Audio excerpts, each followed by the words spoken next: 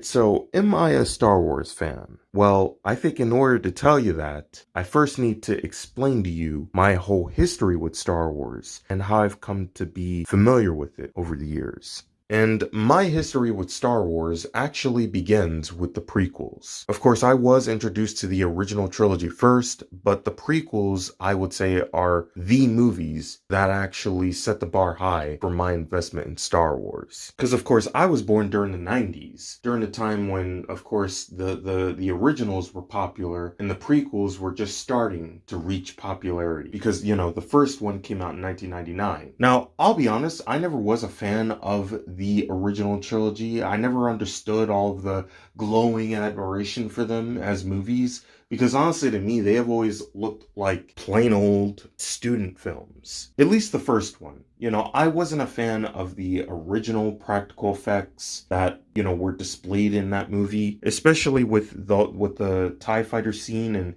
in Tatooine. You see that little sky car, that little hover car floating around, moving. It looked all fake to me. How the way it was originally conveyed looked super fake. I seriously don't understand how people liked that so much. And the lightsaber battles were trash. I don't care what anyone tells me.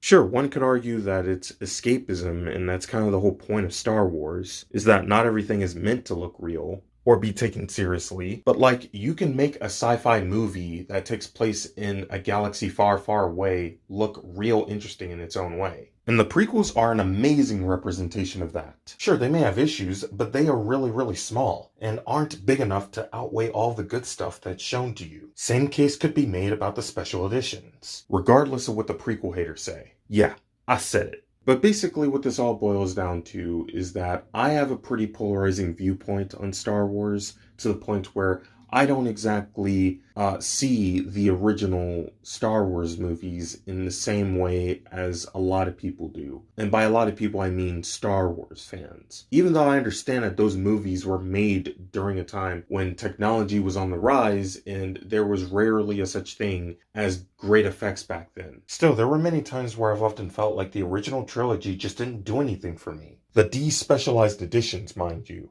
But of course, I was a petulant, naive little boy at the time when these Star Wars originals came out. So, of course, trying to understand the general consensus behind these movies was nearly impossible, because there were a lot of things in the despecialized editions that did not make sense. Like, for example, Darth Vader having eyebrows, I thought that was whack. Almost all of the character designs looked dumb as shit, and pretty much every environmental scene looked like it was shot right out of a theater. Even though I understand that these movies were made during a time when George Lucas was just starting to make Star Wars, still, personally to me, it just didn't add up. Which is why I'm actually more forgiving towards the special editions, even with them replacing older Anakin with young Anakin at the end of Return of the Jedi. Also, I never understood why people hated the idea of George Lucas changing the name of the first movie over to being A New Hope, because the way I see it is, the original movies are actually told in a time after the prequels, whereas the prequels are actually the first movie. Well, at least they were supposed to be. But somehow, I don't know, I guess maybe George Lucas ended up making movies off of the Rebel cause first before the Clone Wars, because I don't know, I guess maybe he didn't have that story fully planned out yet, so he ended up making movies about the rebels first. But other than that, I liked the movies for what they were. I didn't like the original draft. I thought it was a bit sloppy, which is why I actually like the special editions better. The special editions actually made, in my opinion, they actually made the movies stand out a bit more, especially with the practical effects, the practical scenes, and the character designs and all that stuff, especially with how they conducted Jabba the Hutt, how the way they made him look, especially in the prequels. In the prequels, they made him look so much more better, in the practical scenes. And if you guys want my opinion on the Star Wars Expanded Universe, I will just say this. I love it. I absolutely love it. And the reason why I love it is not only because of the fact that it introduces a lot of interesting concepts throughout the Star Wars mythos, but it also seemingly makes the best out of most of the Star Wars movies. I repeat, most of them. And by most of them, I mean George Lucas's Star Wars movies, not the crap that Disney gave us with the sequels. Now, I think it's a damn shame that they decanonized the EU. Like, I don't understand why they didn't just bring Thrawn in there. His appearance alone could have saved the movies. Same with Jason Solo. I don't understand why they didn't just have Kylo Ren be Jason Solo and then have the movies be about Han Solo trying to make things right between him and his family. That's the direction that they really should have gone with the sequels.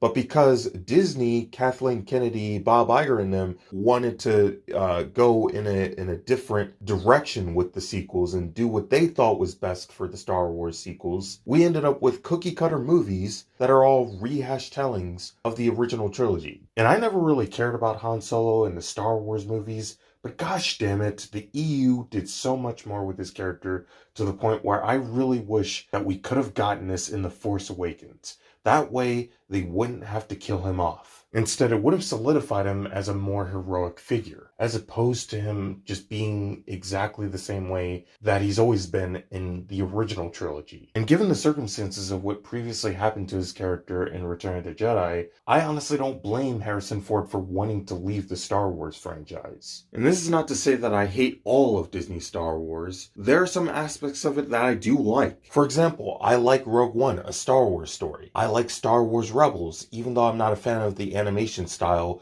and the concepts they introduce, like the helicopter lightsabers. I thought those were dumb. But I still like the show. And as you can see here, I like Fallen Order. It's actually one of the stuff that solidified my love for the EU. That, and of course, the Clone Wars TV series. So yeah, in that regard, I would say that I am a Star Wars fan. However, I wouldn't say that I am a hardcore Star Wars fan, because even though I admire the original EU, which is now referred to as Legends, still I don't exactly love it well enough to dive deep into reading the novels because I'm not a big reader. But I am a gamer, and I have played a lot of Star Wars games like Revenge of the Sith, Force Unleashed, and Battlefront enough to know how cool the EU is. And on top of that, I wouldn't even say that I'm part of the Star Wars fandom because of how absolutely toxic and asinine most people in it are. Not all people, but most people. That being the OT fans and of course the Reylo fans. I'm not counting the prequel fans or the EU fans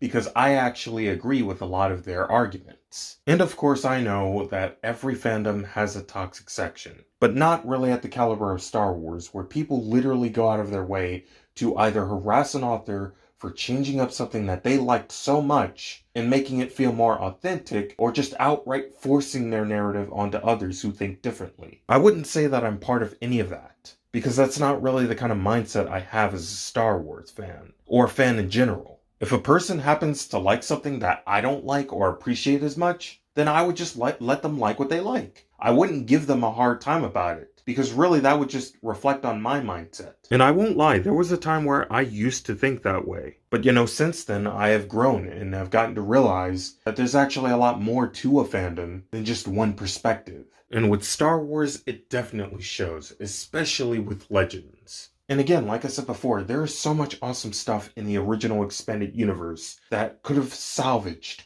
the sequels if established properly. But for some odd reason, just like Warner Brothers, Disney just decides to leave good money on the table. Either that or they just hate George Lucas. Basically what this all comes down to is I love George Lucas's Star Wars. I don't love Disney Star Wars because it's all just a corporate hive mind of what came before. Don't get me wrong, there are some interesting things about it that do intrigue me, but none of it really holds a place in my heart as much as George Lucas's Star Wars. As someone who was actually born different and misunderstood a lot of the time, I can actually relate to Anakin a lot more than I ever can with Kylo Ren. And again, like I said before, I don't necessarily hate Disney Star Wars. I just don't think it's as great as its predecessor, and quite frankly, I don't think it will ever be based on what's been happening. But the reason why I say that I have a pretty polarizing viewpoint on Star Wars is because I speak of this from the mindset of someone who honestly values the prequels over the originals. Of course, I know this won't come off as polarizing to the people who appreciate all aspects of Star Wars, but to the people who value both the originals and the sequels over the prequels, I know it probably will. So let's go.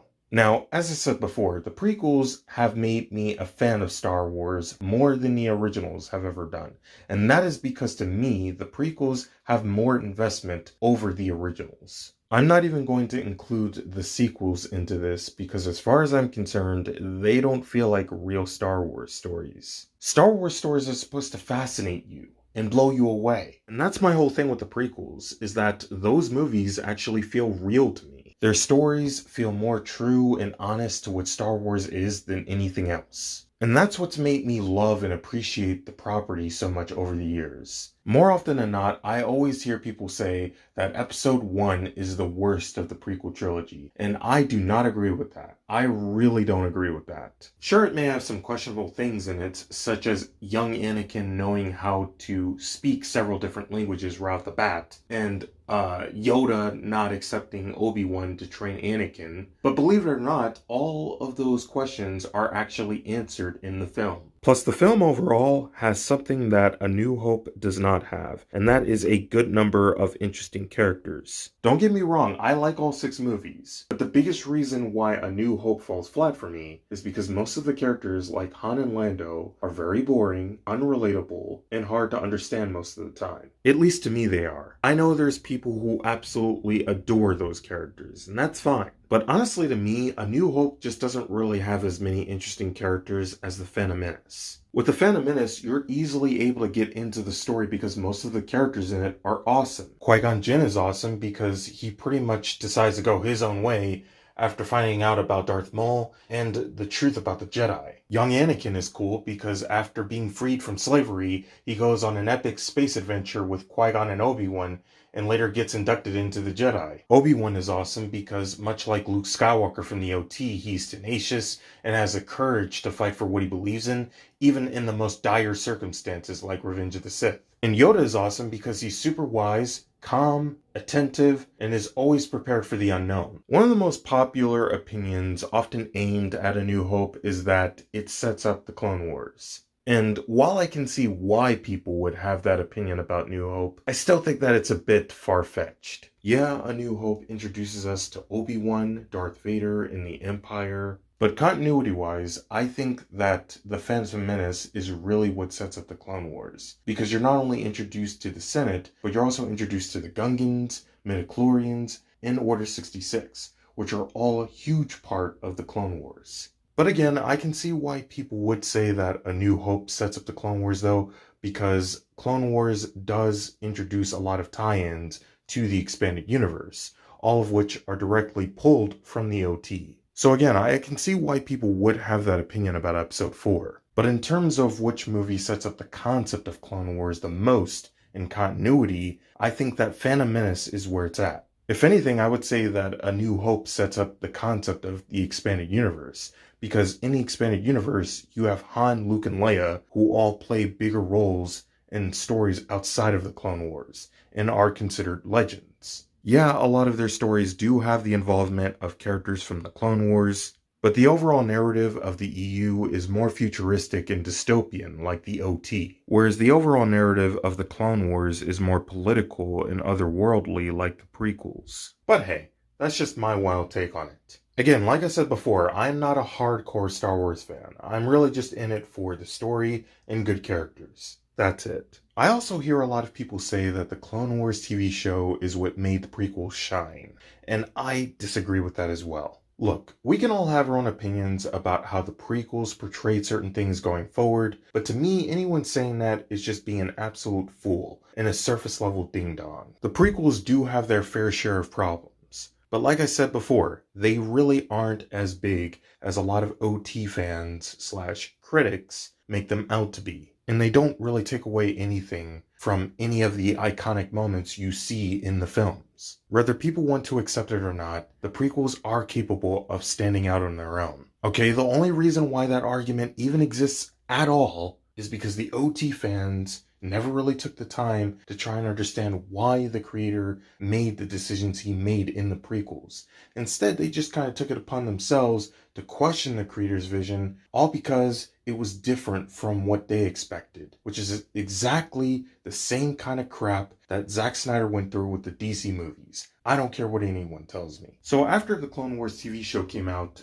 OT fans started hyping it up and saying that it makes the prequel shine because it does things with Anakin and Obi-Wan that they felt were glossed over or overly simplified in the prequels. But the truth behind that is, and I find it funny that the people who talk about Clone Wars don't mention this, but the truth behind that is that the Clone Wars TV show was made to fill in extra gaps of the prequels. It wasn't really made to enhance anything. That's just a cherry on top. Much like how 2003's Clone Wars was made to fill in the gaps of Episode 2. 2008's Clone Wars was made to fill in the gaps of Episode 3. Which is why I find it hard to take some of the reviews of 2008's Clone Wars seriously. Because most people, at least most people that who I have heard from talk about the show, seem to only focus on the small stuff instead of the stuff that actually matters. George Lucas wanted to finish what he initially started with the prequels. That's why he ended up making the Clone Wars series, to basically help accommodate for the big gap between episodes 2 and 3. Hell, part of the reason why George Lucas took part in producing the Revenge of the Sith video game was to add in extra scenes that were cut out of the film. Clone Wars was also the reason why George Lucas then went on to produce more Star Wars games, like The Old Republic and The Force Unleashed. Clone Wars not only served as an enhancer of the prequels, but also, like I mentioned before, it also paved the way for the expanded universe. And I'll be honest, Clone Wars to me, 2008's Clone Wars mind you, has always kind of felt more like a spin-off of the prequels than an actual faithful adaptation, like a lot of people like to point out. Because of all the plot holes and side stories that have little to no connection to the story of the prequels. Don't get me wrong, I like some of the concepts and characters that they introduced going forward. But I personally felt as though they kind of went a bit too far with trying to have the show appeal to everyone. Like, as much as I understand why people wanted to see more of Darth Maul after The Phantom Menace, I personally think that he is best used sparingly because the whole point of his death in The Phantom Menace was to show how tenacious Obi-Wan truly is. How important it was for Palpatine to build up power against the Jedi, and why he needed to seduce Anakin over to the dark side and have him become Darth Vader. Because prior to that, Palpatine didn't really have much power on his side, and Darth Maul was pretty much his only hope to building up power. And since he had lost that hope, he needed to get a new hope on his side. You know, there's a reason why episode 4 is called A New Hope. It's not just because of Luke Skywalker and his hope of wanting to create peace in the galaxy. No, it's also because of Palpatine's hope in wanting to achieve his dream and building up power against the Jedi, who he views as a problem. Honestly, if it were up to me, I would have made it feel more like Darth Maul only exists in the mind of Obi-Wan as he only exists as a flashback in Obi-Wan's head as he's fulfilling his Jedi duties alongside Anakin. And then he later encounters Savage Opress, who's literally Darth Maul 2.0. I think going that direction with Darth Maul in Clone Wars would have made a lot more sense and would have serviced the story a lot better as opposed to just having it be incredibly long and drawn out. You know, by basically making Darth Maul out to be the next Chancellor Palpatine.